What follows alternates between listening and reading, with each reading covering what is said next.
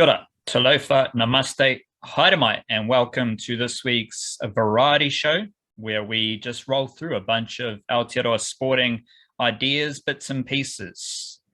We are from the Niche Cache, where we write about sport and we talk about Aotearoa sport, and we just celebrate Aotearoa sport as well. So check out the website, 3ws.theniche-cache.com. That is where we do a lot of big yarns, and a lot of the content we talk about is explored in depth on the website, as well as other topics, other ideas.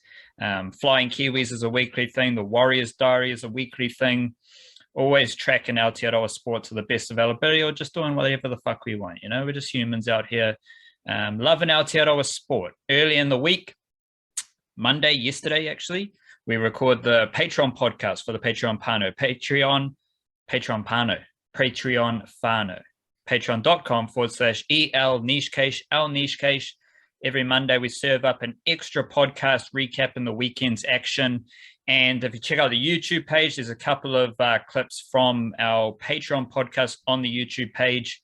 Yesterday, we put up the White Ferns debrief, where we discovered there were 2-minute blokes looking after the women's cricket team, and a bit of attention, a bit of highlighting the likes of Claudia Bunge, Grace Jale, Hannah Wilkinson, Paige Satchel, Kiwi female footballers in the A-League women's competition as well. And we just recap the whole weekend's vibe. What else did we discuss in that Patreon podcast? So I think we compared, as we like to do, the Wellington Phoenix, the New Zealand Warriors, and the Aotearoa Breakers as well. So that's there. Plenty of Monday morning Kiwi sports yarns for the Patreon Whānau. Patreon.com/our niche cache. If you don't give a shit about the extra podcast, it's just a great way to support the niche cache and what we're doing Monday and Friday evening as well. We've got the email banger, thenichecache.substack.com, all the niche cache content straight to your email inbox, as well as other bits and pieces. So basically what I'm telling you is, however you want to get it, we are here with the Aotearoa sporting content. If you want the email side of things, it's there. If you want the podcast side of things, it's there. If you want the big yarns, it's there.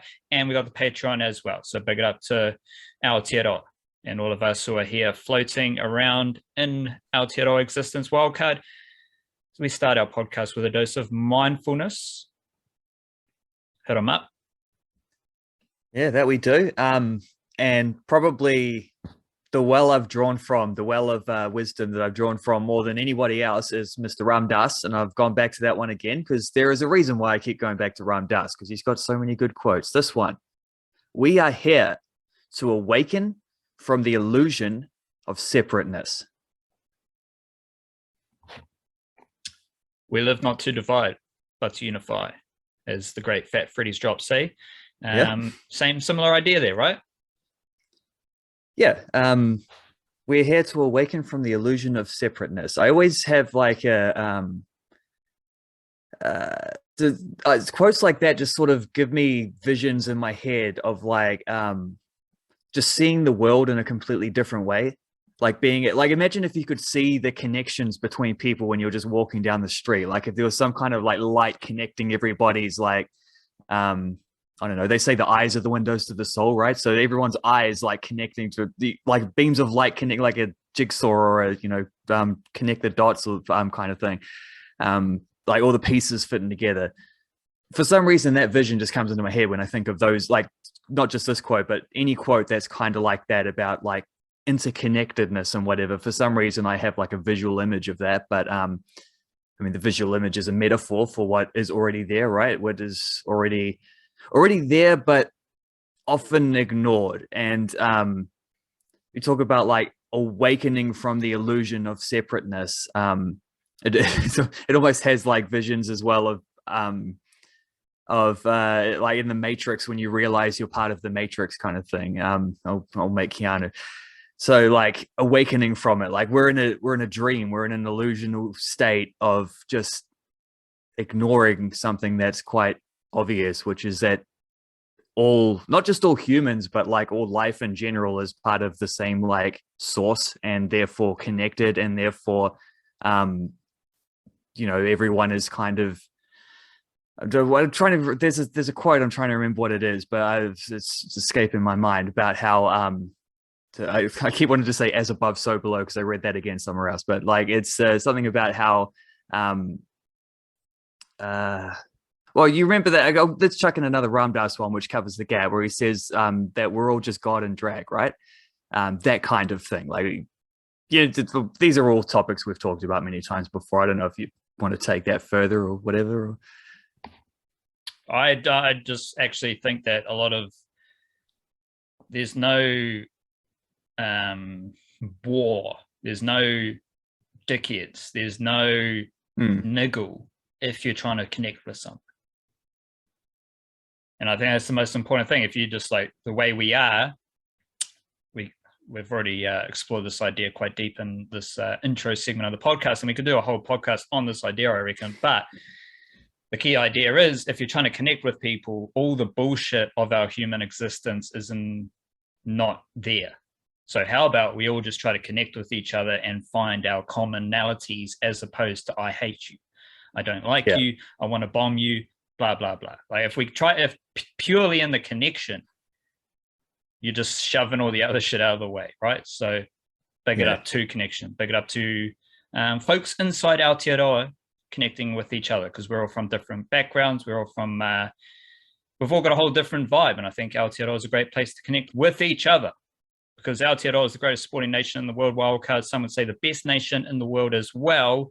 And we are here to tell some stories about Aotearoa sport. Can you please kick us off with a bit of football there, Wildcard? I can. A bit of football and the All Whites' quest to qualify for a third ever World Cup. I've just got 3 ideas here for my hot takes. I'm just going to check out 3 ideas from this All Whites Oceania qualifying tournament. The first one, don't fret the scorelines, because nobody actually cares how you qualify for a World Cup as long as you do. The All Whites are now 2 games away after beating Tahiti 1-0, 2 games away from qualifying for another World Cup. Italy missed out entirely last week, despite being European champions. They lost to North Macedonia. They're not going to the World Cup. New Zealand might be. We still can make it. And it's not easy how you get there, no matter who you play. 1-0 against Tahiti is all good as long as it's a win that advances things. That's exactly what it was. So sweet as. And it never, like, the All Whites never actually looked close to conceding either. Like, they dominated that game. They may have only won 1-0, but you know, it was kind of a matter of just being patient, being disciplined, not sabotaging things for themselves by freaking out or panicking or anything like that. Stick to the processes, and eventually a win will come along. A goal will come along. That's what happened. That's how they won. Idea number 2, a major reason why some of these scorelines are deceptive is that footy in the islands across Oceania is probably as strong as it's ever been. Like, we talk about this from an All Whites perspective, just like this golden generation of players. Some of these Oceania teams are pretty good too. There's these kind of like reductive cliches about how players from some of these countries are like, you know, full of natural talent, but they don't have the organization or the discipline or those kind of things. And frankly, if you watched Papua New Guinea or Tahiti play against the All Whites within the last week or two, those ideas are absolutely ridiculous, because both those teams played superbly well-organized defensive shapes, made it really tough for the All Whites to break them down. Both games ended 1-0 with winners scored in the last 20 minutes. And, you know, in the final, the All Whites are playing the Solomon Islands, who have already beaten both of those 2 teams as well already. They beat Papua New Guinea in the semis. They beat Tahiti in the group stages. And that's without even getting into some of the individual talent coming out of the islands, like, you know, Roy Krishna, who became Fiji's top all-time goal scorer the other day with a double in a friendly against Vanuatu. You know, Tommy Simi, Rafael Leai, Comalong brothers, Francois Hapipi. There's like so many more I could keep on naming. Like, there's no lack of quality in some of those OFC teams, so don't doubt that. And idea number 3, just a quick one. Since returning from the pandemic, the All Whites have won 7 out of 8 games. 6 of those wins have been with clean sheets. It is fair to say that none of those opponents were of like a World Cup caliber, but still a very impressive record from the All Whites.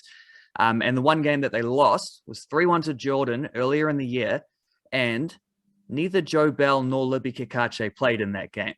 And I, for one, do not think that's a coincidence that those two players would be missing in the one game that they, really disappointed in the last few months since they've actually returned as a footballing entity, and a very positive one. And I'm looking forward to that final on Thursday morning. And hopefully there's an intercontinental playoff against, sounds like probably Costa Rica later in the year as well. So happy times for the All Whites, just adding to that whole Aotearoa greatest sporting nation per capita, whatever the pound for pound on the planet, however we phrase that, we're just adding to that. I'm sure you got plenty more to add in your own ones as well to that front. I guess everything we do was kind of adding to that idea there, wasn't it?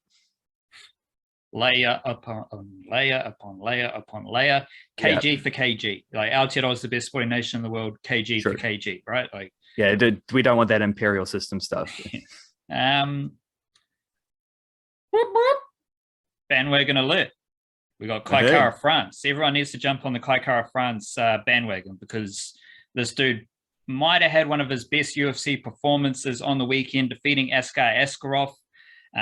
Not a finish, a decision, a very close decision. If you didn't like Kaikara France, or if you don't like Aotearoa, you might have seen the fight going to Askarov. But obviously we like Kaikara France, we like Aotearoa, so Kaikara France definitely won that fight, showed exceptional takedown defense. Well, not takedown, but grappling defense, because he did get taken down, but then fighting with the hands, doing some jiu-jitsu stuff, doing some, city kickboxing, grappling defense, slickness, patience, precision, well-designed execution of escaping, some world-class grappling. And then if you want to stand and bang with Kaikara France, he'll hurt you, because the two fights before were finished in the first round via his fists. And that takedown defense and world-class striking is the city kickboxing recipe. It's why Kaikara France won that fight. And Israel Adesanya is like at the top, very top of the UFC, let alone Aotearoa mixed martial arts as well. He's in a kind of mode of defending his title belt. So the thing about Kaikara France is he's on the rise, and his next fight might be a title fight. His next fight might be an interim title fight or a number one contender fight. Who knows? But he's the most exciting city kickboxing fighter right now, because he's got a bit of momentum. He's right at the top of his division, and he's humming along. He's doing his best mahi as well. So big it up, Kaikara France. Big it up, city kickboxing. They've been trading wins and losses as well, but Kaikara France got them back in the winning vibe. Statistical funk here, wildcard. What are you going to dish up? Well, there is a Black Caps ODI game happening a couple hours after we finish recording. Start of a series against the Netherlands, which is just the third home series that the Cappies have played since the 2019 World Cup final. And away from home, there's actually only been one game full stop, which is that closed door game against Australia just before the first lockdown, which was going to be a series, but they abandoned it to return back the very, very, very beginning of the pandemic. So that's 7 games in 2.5 years since making the World Cup final in this format. How many nations have played an ODI since? 20. 20 nations have played an ODI match since the 2019 World Cup final. Where does New Zealand rank on the list of matches played? 20th. 7 games is the fewest of any team that has played any ODI cricket since then. West Indies have played 30 games. Aotearoa has played 7. We do have a 6-1 record, to be fair, but the dearth of ODIs has kind of been a forgotten tragedy in recent years. However, we do have these 3 games against the Netherlands, and they are a fantastic opportunity to farewell NZ's greatest ever ODI batsman, Luteru Taylor Taylor, who is the all-time leading run scorer for his country with 8,581 runs and counting. Still 3 more games to add to that, which is about 500 clear of Stephen Fleming, about 1,500 clear of Nathan Astle and Martin Guptill, and 2,400 ahead of Kane Williamson, who, given this current 3 games per year rate that the Black Caps play one day is, not sure if he's going to get the opportunities to catch some of these records that Ross Taylor's been setting. Taylor is 25th all-time globally in ODI runs. However, with, I think, 233 games played, that's considerably less than the all-time leading run scorer, Sachin Tendulkar, who was close to 500, played like 480 games or something like that. So more than double what Taylor's got up to. So 25th all-time is pretty good when you consider that the only guys ahead of him on that list who have played fewer games, and it's within like 5 games, both of them, AB de Villiers and Rohit Sharma. Or as my phone auto-corrected Rohit Sharma's name to as I was typing up my notes, Robot Dharma. Martin Guptill has 3 of the Black Caps' top 4 ODI scores for New Zealand all time. Ross Taylor's 181 not out against England 2018. The only knock breaking up that list. Most undies, Ross Taylor's got 21. That's 5 ahead of Guptill and Astle. Williamson is next on the list with 13. Most 50-plus scores. Taylor has 72, which is miles beyond Astle and Fleming, who each have 57. Guptill and Williamson are next on the list with 53 and 52, respectively. And in terms of averages, Taylor's number 1 there as well with 48.20, the only other Kiwis to average more than 39 through their entire ODI career. Kane Williamson, 47.48. Glenn Turner, 47 flat.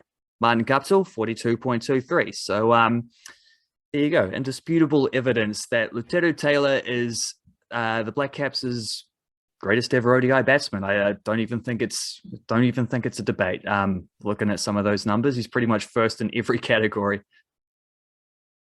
The beautiful thing about our Kiwi NRL stocks right now, Wildcard, is that while Luteru Taylor's standing within Aotearoa cricket is not up for debate, I think there is an exciting wrinkle that the best Aotearoa Kiwis halves combination is highly debatable. I mean, are you going to select Sean Johnson or Kieran Frewen? Are you going to select Jerome Hughes or Dylan Brown?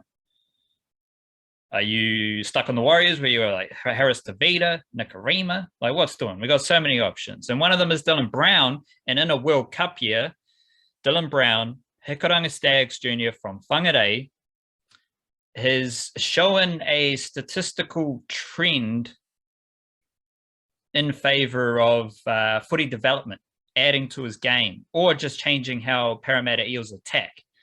Because Dylan Brown already has 4 try assists this season in 3 games. And that's pretty good. Like, that's more than 1 try assist per game because he had 2 versus the Storm. So small sample size, like, can be twisted. But the thing about Dylan Brown is that his best seasons for try assists were his first 2 seasons when he had 5 try assists in each year. So his career high watermark is 5 try assists in a season. Right now he's got 4. And that's really exciting. And it's really exciting when considering that Dylan Brown is 21 years old, and in his second season, he averaged 116 running meters as well as 109 kicking meters. So what we have is Dylan Brown, like as an 18, 19, 20, 21-year-old bloke, establishing himself as a really solid half. And now he's adding some attacking funk by the looks of it for Parramatta Eels as well. You can see it with your eye test as well. Dylan Brown throwing longer cutout passes to the winger. That's where try assists come from a lot of the time.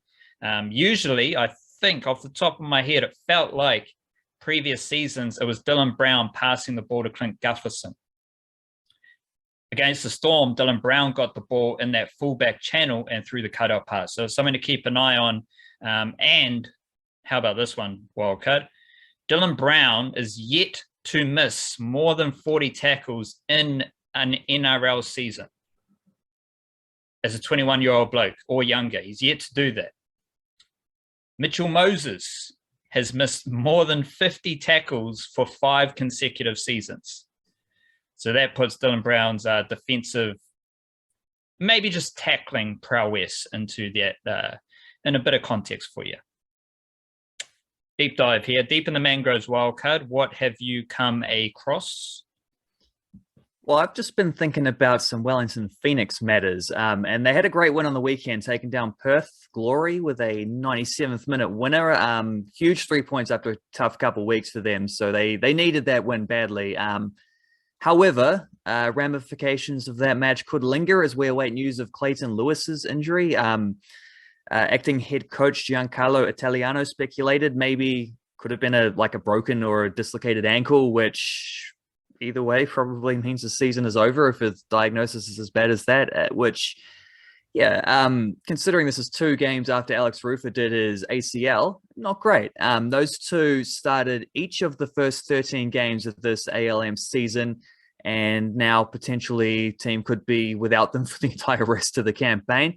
So who else can play midfield now? That's the question. Well, check out like 5 or so options here. Nick Pennington is one. He's definitely going to be getting a go. He was the backup to Lewis and Rufer throughout throughout the start of the season, only playing off the bench up until Rufer's injury.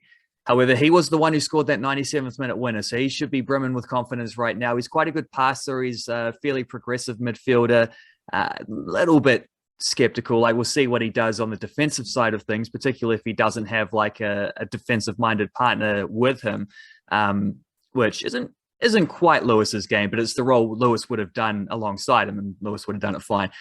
So Pennington is definitely going to be there. He's going to be starting games the way out, and how he goes probably going to have a lot to do with how the Phoenix go. He's going to be quite a key player now, thrust into this position, having barely played anything other than bench cameos up to this point.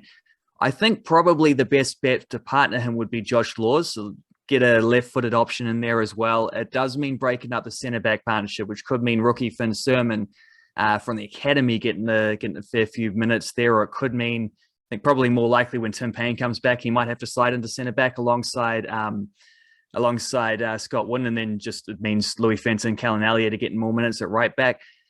Josh Laws would give you that defensive option. Good defensive player. He is a defensive midfielder by trade. He was sort of converted to centre back. So I think that's probably your best option moving forward. Just funny because you've got 2 Australian guys, but Nick Pennington is spent a lot of his life in Italy, and including a lot of his football. So he actually has like half an Italian accent along with his part Aussie accent. He's got a parent from each country. And Josh Laws, I can't remember hearing him talk, so I don't know if he's got a Scottish accent, but I know he's got a bit of Scottish ancestry in him as well. So, and played a bit of football in Germany before. So, a couple of Aussie hybrids in the midfield there. I think the next best option is probably the guy who slipped in there during the game last week, which would be Sam Sutton. I do think he'd do quite a good job there. He's a good passer. He's got great energy. He played a lot in that position for the Phoenix. It is a step up to do that at A-League level, but he's capable. However, I am worried about taking him out of the left wing, either at left back or left attacking mid, because he's been actually such an important player for them on attack, like getting those crosses into the box and attacking defenders, taking them on and beating them and stuff like that. So, but he is an option, of course. And when you're stretched for depth, you gotta make sacrifices. So, Jackson Manuel is another one, academy guy brought over to be a bit of a defensive midfield cover. He made his debut in the Newcastle Jets loss when they were down 8 players. He sort of stepped up. I'm not sure if he's quite ready for like an everyday thing, but he will probably be there or thereabouts if someone else misses a game with suspension, or if there's an in-game injury that needs to be cared for or something like that. And I think Ben Old maybe is someone who I don't really think you want him playing that role. But maybe in case of emergency, he could slip in. Tim Payne is another one as well who could certainly do that job, but I much prefer Tim Payne as like a combative leader in the back line. I guess they could sign someone as well. Like that's an option. There's like, as long as they were a free agent when the last window closed and no dramas, I'll just check out some like local options. Cam Howison's been playing for the All Whites. He could go for someone like him, or maybe Mario Illich or a Corey Mitchell, Mario Barcia, Sam Burfoot, or the main man, Juan Gatkek, could finally get his call up to the professional ranks. I don't expect to see any of that because the Phoenix have tended to be, especially under Ufuk Talay, they've tended to look within for solutions to squad issues like that. They prefer to go to their academy than from someone outside it. But I'm just chucking up names, there's plenty of options, and they do have that avenue available to them. They could like add someone else to the squad as an injury replacement for the rest of the campaign. Like that's something they could do as well. I wouldn't expect it, but also I wouldn't advise against it. Like I wouldn't be upset if that does happen, but we'll see how that goes. Surely the bro Gatkek gets an opportunity. Like I've seen that dude rip one day. Up. Like I'm not the football aficionado, but like my eyes don't deceive me, right? Like Gatkek is a beast in the midfield. He is a very good footballer. Yeah, and very young too. I think he's only like 21 or 20 or something like that. So, you know, a rising player who could throw, and maybe even grab a dude from one of these OFC teams as well. There's a few decent No.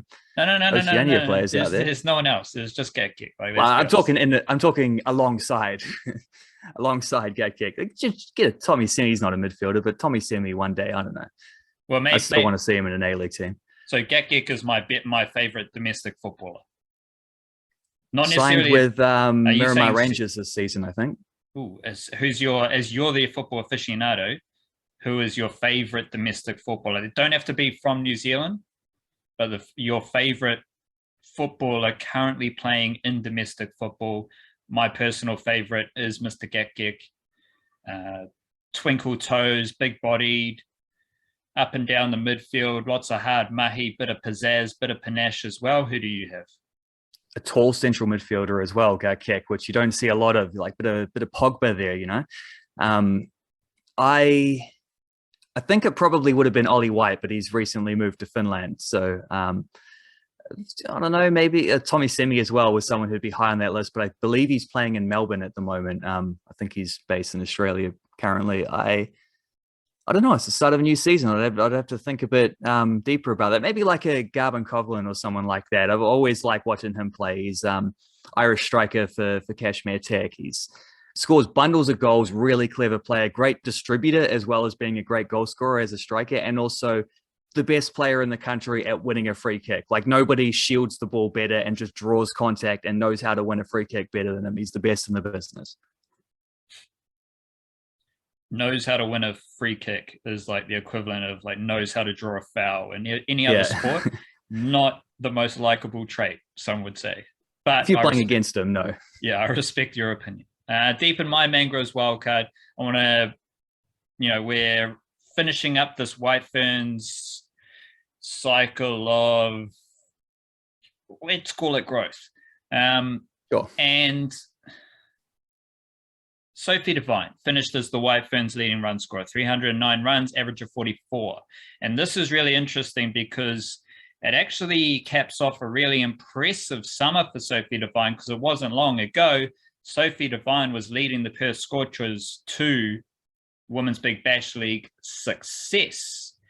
And in the Big Bash League, she didn't score as many runs as Beth Mooney, Australian international, but her and Beth Mooney were both the only Perth batters to score over 400 runs. Devine scored 442 runs at an average of 34, strike rate of 128. Beth Mooney, 500 plus runs, average of 49. Who cares? But Sophie Devine won the championship, 400 runs, average of 34. You come back to this World Cup, what was she doing? Average of 44. And Sophie Devine was one of two White Ferns batters with a strike rate over 100. No, don't worry about that. One of two White Ferns batters with a strike rate over 90. Sophie Devine, strike rate 91. Jess Kerr, fantastic slugger down the order, strike rate of 114. Jess Kerr, the only batter with a strike rate over 100. Because Devine was in the Women's Big Bash League, she didn't play so much cricket in the Aotearoa summer. And when Sophie Devine's not playing a lot of cricket in the Aotearoa domestic summer, when she is playing, she is destructive.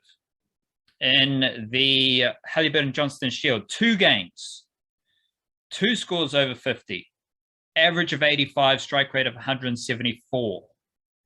And that's in the one-day competition. In the Super Smash, 4 games, 4 innings, only 1 score over 50, but still had 153 runs in 4 innings at a strike rate of 145. So basically, whatever cricket Sophie Devine has played this summer, she has been fantastic. And the World Cup was really interesting because we kind of wanted Sophie Devine to open for the White Ferns to get them off to a hot start. Just come out smacking boundaries and maybe allow Susie Bates, who wasn't quite at her best in this World Cup, I don't think, but tough blow for the World Cup marketing, because Susie Bates was everywhere and didn't quite have her best tournament. It was a bit strange, but the mix of Sophie Devine and Susie Bates, instead it felt like Susie Bates was coming out swinging and Sophie Devine was playing the cool, composed, gritty knocks that lasted throughout the whole game, whole innings. But she still had a strike rate of 91. So like in T20 cricket, Women's Big Bash League, Super Smash, we know Sophie Devine is just going to smash sixes. In this World Cup, she was the leading run scorer, but in a very mature, composed fashion as well. So I'm not sure if that's a great thing because it's a lot of pressure on Sophie Devine. It would have been great to see her just play freely, but she did a great job. And it's a great sum up for Sophie Devine as well. Question time here, Wildcard. I'm going to come at you because the All Whites are playing football and we have a lot of great Kiwi footballers. In the context of Flying Kiwis, so Flying Kiwis, you're following these lads around the world every single week. Which lad has had the best crossover from Flying Kiwis into All Whites World Cup qualifiers that you've seen? Yeah, interesting. It's a little bit tricky to compare across the whole tournament because there's been like the rotating cast thing going on. So I hesitate to say because I think like I actually don't think Joe Bell was at his best in the game he started against Tahiti, but he was still like better than most other people on the field, which is like Joe Bell standards. A bad game for him is like 8 out of 10. So, but Livy Kikache did score a goal there. I like tempted to say them for just like carrying on the momentum of their recent transfers. But I don't think that's quite the spirit of the question. So there's probably a combination of Alex Grieve and Chris Wood, I think. Alex Grieve coming in after this just whirlwind year. He starts the year on trial with St Mirren over from Birkenhead, which is a bit of a jump from Northern League in Auckland to like Scottish Premiership, but he does fantastically. He does so well. They decide to not only sign him, but they don't like chuck him out on loan or in the reserves or anything. He's straight into the first team. He's debuting like the day of his contract being announced. He gets a start not too long after that when there's a couple other injuries. He scores his first goal. He's doing fantastic things for them. Getting rave reviews from the fans. They love him. He's already got a chant there. Like sweet as little bit of a little bit of a slamming on the brakes where it was like too much good stuff happened to a ball at once. You had to balance it out a little bit. Their manager got headhunted by, I think it was Aberdeen. He leaves there. They sign another manager who comes in and is a little more defensive, and a couple other guys come back to fitness. So Grieve has a little bit of a pause where he drops back to the bench and doesn't play as much. But then as that's happening, he goes over to the All White stuff and shows why he should still be playing with a great performance in that New Caledonia game. Scores a couple goals in his first start for the national team, and he had a nice little cameo against Tahiti in the semi-final as well. And then Chris Wood, obviously, like there's a bit of a difference between Chris Wood for Newcastle and Chris Wood for the All Whites, where it's like, what we've seen from him at Newcastle since he signed there has been a guy whose goal count doesn't really matter that much.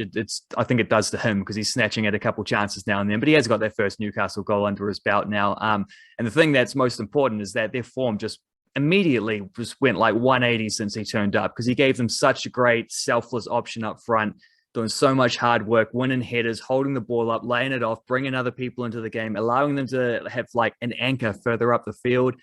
It just changed the style of play for Newcastle and made them so much more effective, and they started winning a bunch of games. And because he wasn't scoring goals so much, didn't get as much credit probably as he deserves. But I think like watching him, focusing on him, and every game he's played for Newcastle I've watched, and I think he's been outstanding for them. Like I think he's been so good. Turns up with the All Whites, it's a little bit different. He doesn't have to be the facilitator. There's almost like a bit of a differential thing going on. I actually think they try to set him up too much. Like there was an example in the New Caledonia game where Kikache probably could have like had a better chance to shoot himself, and he tries to slip a ball through to Wood through a defender's legs kind of thing. Like other people are allowed to score goals too. But Chris Wood has turned up. The first game he played, scores 2 goals, becomes the all-time leading goal scorer for the All Whites. Second game, gets subbed on with 20 to play, scores 2 more goals. Against Tahiti, he had a quiet game, but against a very physical defensive line. I think we got a bit more of the Newcastle Chris Wood in that game, which is perfect example of carrying on club form to international stuff. Like we got the selfless Chris Wood, not worrying about scoring goals, trying to drag defenders, occupy defenders, create room and opportunity for others, and eventually that did pay off when, you know, Kakache scores the winning goal, and it's a bit of 6-yard box kind of striker pouncing on the loose ball, following up kind of thing. Right place, right time. Exactly what you normally expect your centre forward to do. But what was the centre forward doing in that moment? Chris Wood, he was lying on the ground because he tried to make a run across a defender who dragged him over, which created space for Kakache to run in behind. And you know, I actually think it might have been a penalty if it hadn't ended up as an advantage that led to a goal. I think Chris Wood had a decent shout for a penalty, but that's a great example of the winning goal coming from Chris Wood doing some selfless work off the ball and helping, like not directly facilitating. We're not talking about assists here, but work that he did led to the opportunity for Kakache to score. Like it was all part of that move. So I think Chris Wood, again, like, it's easy to celebrate him when he's scoring goals. I think it's harder to celebrate him when he's helping others score goals, but it's no less important. Chris Wood, the footballing equivalent of Steven Adams in basketball. Steven Adams, the basketball equivalent of Chris Wood in football. Your question, please. Yeah, especially Newcastle Chris Wood and Memphis Steven Adams. My question is, what is the most positive thing you have to say about the first 3 games of the Warriors season? I can't go past watching Adam Fanua-Blake, just like he's got this I don't know, because the way he makes defenders miss, it feels very similar to Roger Tuivasa-Sheck in that, like but he runs very hard, so he'll run hard and there's this like no handbrake type of thing. Okay, yeah, run it hard and straight, but if you got a bit of footwork, also use that. Like, I don't know if Bunty Afoa has the footwork, so he's not using the footwork. Adam Fanua-Blake is using the footwork as well as very obvious power. Taumalolo is finding a bit of form as the South Auckland Rhinoceros for the Cowboys. So I wouldn't say Fanua-Blake's doing anything like he has taken over Taumalolo, but it's very similar in how they get their meters. And in watching Fanua-Blake kind of routinely burst through the line, I think that is probably the most positive thing. And I'd stretch it out to include some of that forward pack.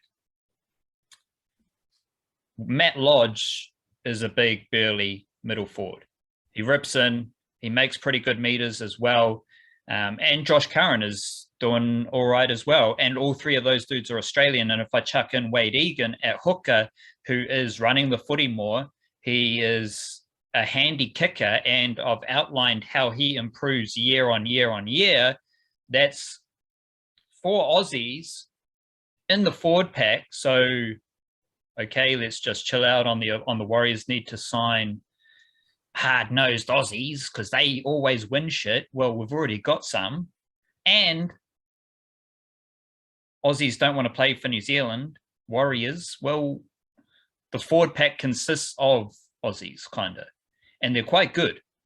Like, yes, I have noted some weird defensive stuff, like Fanua-Blake's missed a lot of tackles, I think, in the first game. Matt Lodge has some interesting defensive reads. But we are dealing at the Warriors level of positivity, and I'm not saying these dudes are going to lead the Warriors to a premiership, a championship, let alone top 8. I'm just saying, first few games, there's a forward pack that feels like it could dominate other forward packs. And if you're looking at what determines the Warriors winning games, it is, does their forward pack dominate the other team, or do they get dominated? Usually they get dominated. Usually they are conceding the penalties, trying to slow down the other team. Usually they are being kept in their own half, so you're having to do more long kicks, all that shit. Well, at least if you got Fanua-Blake, you got some post-contact meters. You got a bit of mahi going forward. Obviously, we know footy, we know rugby, we know rugby league. Get quick stuff in the ruck, whether that's a league ruck or a union ruck. And then whatever the fuck, at least you got a bit of go forward, bit of momentum, bit of speed for Reece Walsh, for Bowden Barrett. Like whoever it is you want, go forward. And very simply, the Warriors have a dude named Fanua Blake who is one of the best at going forward in a game of rugby league. So that's the positive wildcard. I'd say that's the one positive, is seeing Fanua Blake break the line. It's a pretty good positive. Like if you're trying to look for positives in any team, having a decent forward pack that is not going to get dominated too many weeks it's a pretty good one to have. Maybe if their outside backs could catch the ball a little bit better, they might even win a few more games. But we'll keep it positive. So the dominated forward pack thing is a two-way street. The Warriors can dominate the other team forward pack when they have the footy. So we're dealing with Warriors levels of positivity and expectations here. Certainly not saying the Warriors can dominate a forward pack without the footy. So that's kind of the tiers of positivity and optimism we're working with here. Musical Jam wildcard. What do you have? What have I got? Well, let's check out a couple fresh Kiwi albums that have come out. Aldous Harding's long-awaited album, Warm Chris. I had no idea what the title means, but a bit of typically excellent Aldous Harding kind of like weirdo folky stuff. Yumi Zuma's got a new one as well, Present Test, sort of, I guess you call them an art pop band. And then I'm also going to check out Australian, I guess I'd call them an indie rock group called Camp Cope. We've got an album called Running with the Hurricane. Haven't heard this one yet at all, but I really loved their first album. So looking forward to the second one. American artsy band Gorilla Toss as well with a new album. And there's an album I saw just looking through new releases called Dream Tiger, by a band called Dream Tigers. So I have literally no idea what it's about, but I figured I'd better download it because Dream Tigers is also the name of a Jorge Luis Borges book. And I've just read a Borges book and I wanted to read more Borges books. And then I saw the title of one reflected in a band name while I was looking for the new Aldous Harding album. I thought, well, that's a sign. I'm going to have to go with that one. So I'll keep you updated on maybe next week and see if that's actually any good. It might be absolutely terrible because as I say, I have no idea what it is going into it, but I'm willing to roll with those little, signs and symbols and stuff. So there we go. And yourself, what do you got to serve up? Denzel Curry's latest album, Mount Your Eyes and See Your Future, is out and it's fantastic. It is fantastic, and it's led me to the bucket I put this in is hip hoppers and hip hop. Whatever you want to put in it, however you want to categorize it, because we know rap music, hip hop music, whether it's that or whether it's African Black American culture, that is pop music. Like. It has taken over the whole pop music sphere, rooted from hip hop. But so whatever you want to categorize as hip hop and whoever you want to categorize as hip hoppers, Denzel Curry is my best, and I have him right there tied with Vince Staples, and that's everyone. Like we're fans of the Kendrick Lamar, the J. Cole's, the not historical. This is right now. And we've all, whatever little artist you want to have, I'm going to put up Denzel Curry and Vince Staples. And I'm certainly saying that they are my favorites ahead of Kendrick Lamar right now. And yeah, I mean, as far as that hip hop bucket goes, I'm not going to disagree with you either, because both those two guys, and doesn't Vince Staples have something coming out soon as well? His next album has been teased. He's dropped a single or two along the way. That might be the championship belt fight. Those two might have to duke it out on the of their most recent albums to see who gets to hold the belt alone. Unification bout. Ramona Park. Broke My Heart. Yeah, that's coming up as well. So but just the different sounds they use. Vince Staples always has a different angle. Yeah, both those two do actually. Yeah, both quite conceptual artists. Denzel Curry's always exploring different sounds and working with different artists. And holy shit, Mount My Eyes See Your Future is definitely one of the grooviest things I've ever listened to, and it's going hard. So plenty of good music, I'd say. And this part of this stems from also interviews I've recently watched from both artists, and they are incredibly insightful, and you'd probably learn something just listening to a couple of their interviews as well. That's the Variety Show. Kia kaha, stay beautiful. Chit